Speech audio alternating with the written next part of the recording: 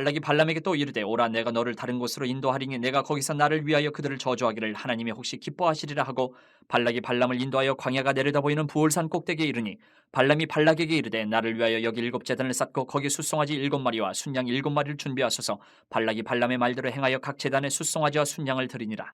발람이 자기가 이스라엘을 축복하는 것을 여호와께서 선히 여기심을 보고 전과 같이 점수를 쓰지 아니하고 그의 낯을 광야로 향하여 눈을 들어 이스라엘이 그 지파대로 천막 친 것을 보는데 그때에 하나님의 영이 그 위에 임하신지라.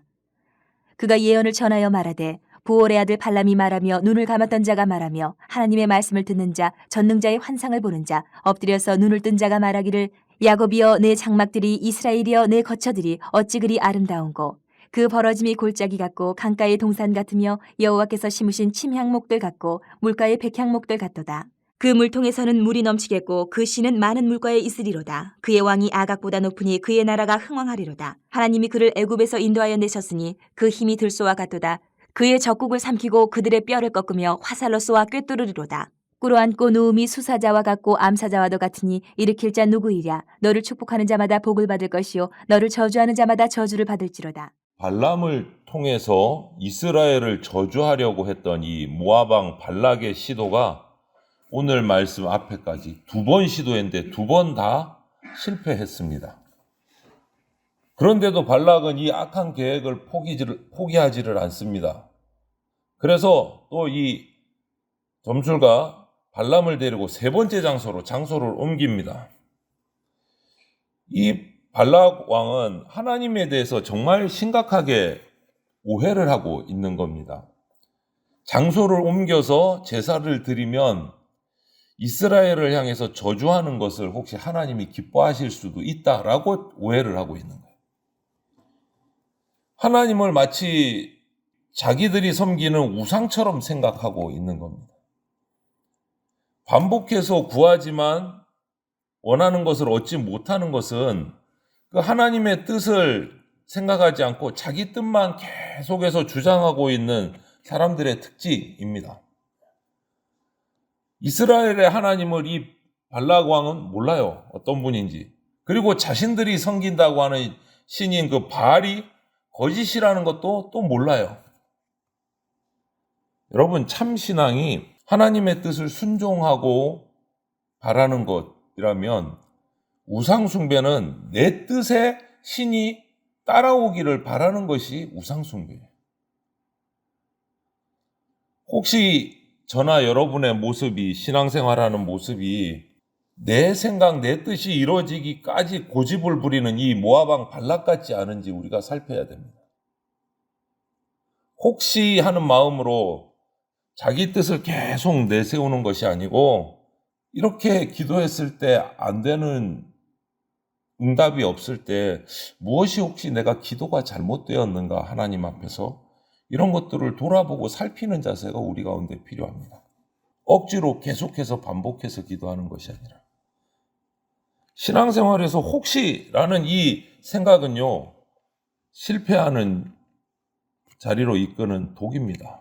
아무튼 이 발락 왕은 또다시 시도를 합니다. 2번의 실패에도 불구하고 3번째 시도를 합니다.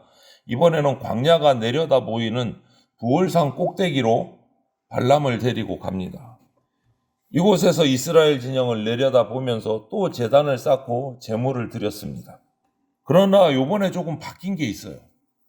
이 발람이 이스라엘을 첫 번째, 2번째 저주하지 않고 축복한 것을 하나님께서 기쁘게 선하게 여기신다는 것을 깨달았습니다. 그래서 이번에는 자기가 사용하던 점수를 사용하지 않고 이스라엘 진영을 그냥 내려다 봐요. 부올산 꼭대기에서 24장 1절을 보니까 지금까지 사용해오던 점수를 포기하고 내려놓았다. 이거는 변화가 시작된 거예요. 놀라운 일입니다. 자기의 점술보다 더 뛰어난 하나님의 능력을 인정하는 거예요. 인정하는 거. 바로 이때 자기의 모든 것을 내려놓고 하나님의 백성을 쳐다볼 때 하나님의 영이 발람에게 임했습니다.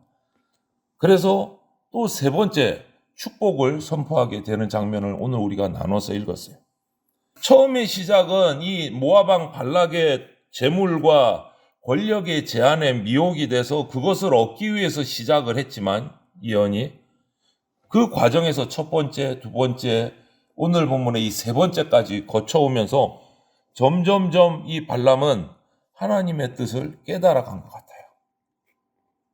시작은 불의한 동기로 시작을 했지만 하나님께서는 그 불의한 동기를 시작한 사람까지도 생각을 바꾸셔서 세상 가운데 하나님의 뜻을 선포하게 만드시는 것을 보게 돼요. 지금까지 발람은 이 축복의 말을 그냥 모방하는 데 그쳤습니다. 하나님께서 자기 목숨을 나귀의 그 말하는 그 기적을 통해서 자기를 죽이려고 했다는 것도 보았고, 또 자기의 입술을 주장해가지고 저주를 하지 못하고 축복하게 하는 것도 경험을 했고, 그때는 어쩔 수 없이 그렇게 얘기를 했어요.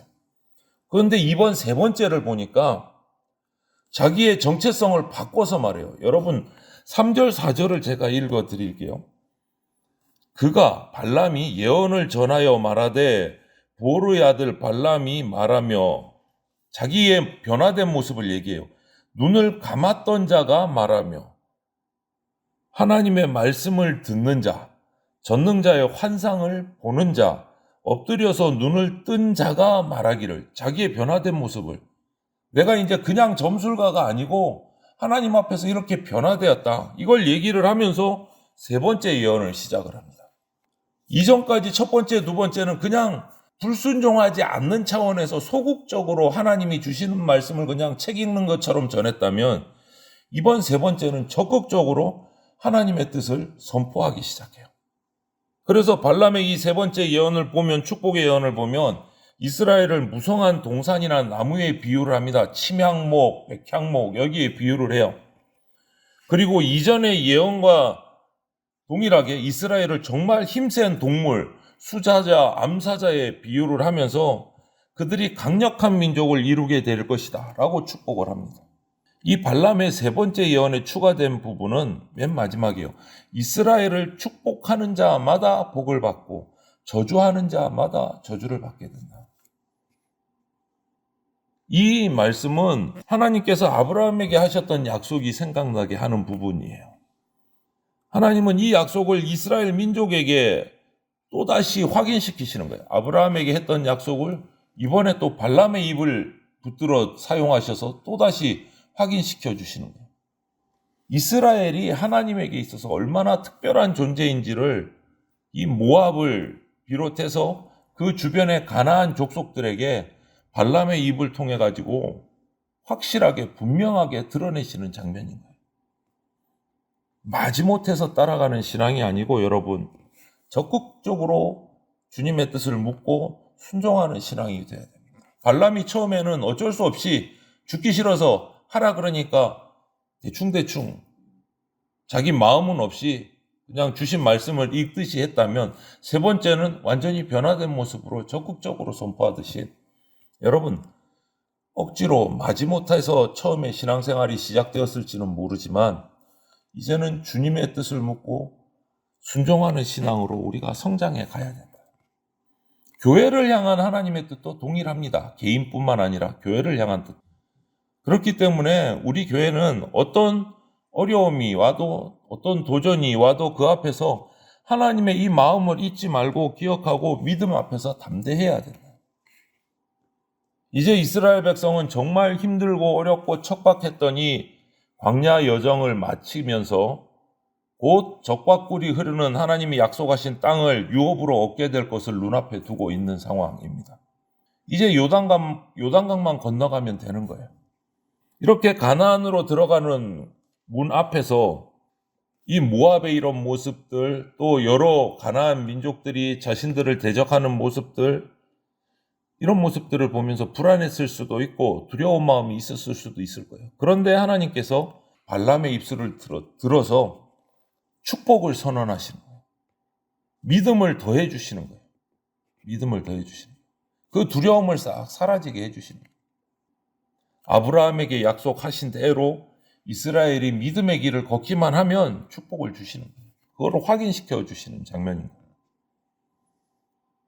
광야를 떠돌던 이스라엘은 이제는 그렇지 않은 겁니다. 시냇가에 심은 나무처럼 뿌리를 내리고 그 풍성한 물들을 빨아들여서 거침없이 자라고 꽃을 피우고 열매를 맺고 번성하게 될 것이다. 흥왕한 강한 왕국이 돼서 적국들을 다 처단할 것이다. 수사저처럼 암사저처럼 무서운 기세를 떨칠 것이다. 그것이 세 번째 축복의 말씀입니다. 이스라엘의 하나님이 축복의 근원이시기 때문에 이스라엘을 저주하는 자는 도리어 저주를 받게 된다. 오늘 이 세 번째 발람의 적극적인 하나님의 말씀을 선포하시는 이 모습을 통해서 발람을 통해서 이스라엘을 저주하고 망하게 하기를 정말 간절히 원해서 3번이나 시도를 했지만 하나님은 사악한 자의 이런 어떤 주술, 점술에 좌우되는 분이 아니시다. 이스라엘을 향한 하나님의 뜻은 변함없는 사랑이고 변함없는 복이었어요. 예수 그리스도의 나라는 영원한 복된 나라입니다. 그 나라 백성은 영원한 하나님의 복을 누리게 됩니다. 저와 여러분들이에요.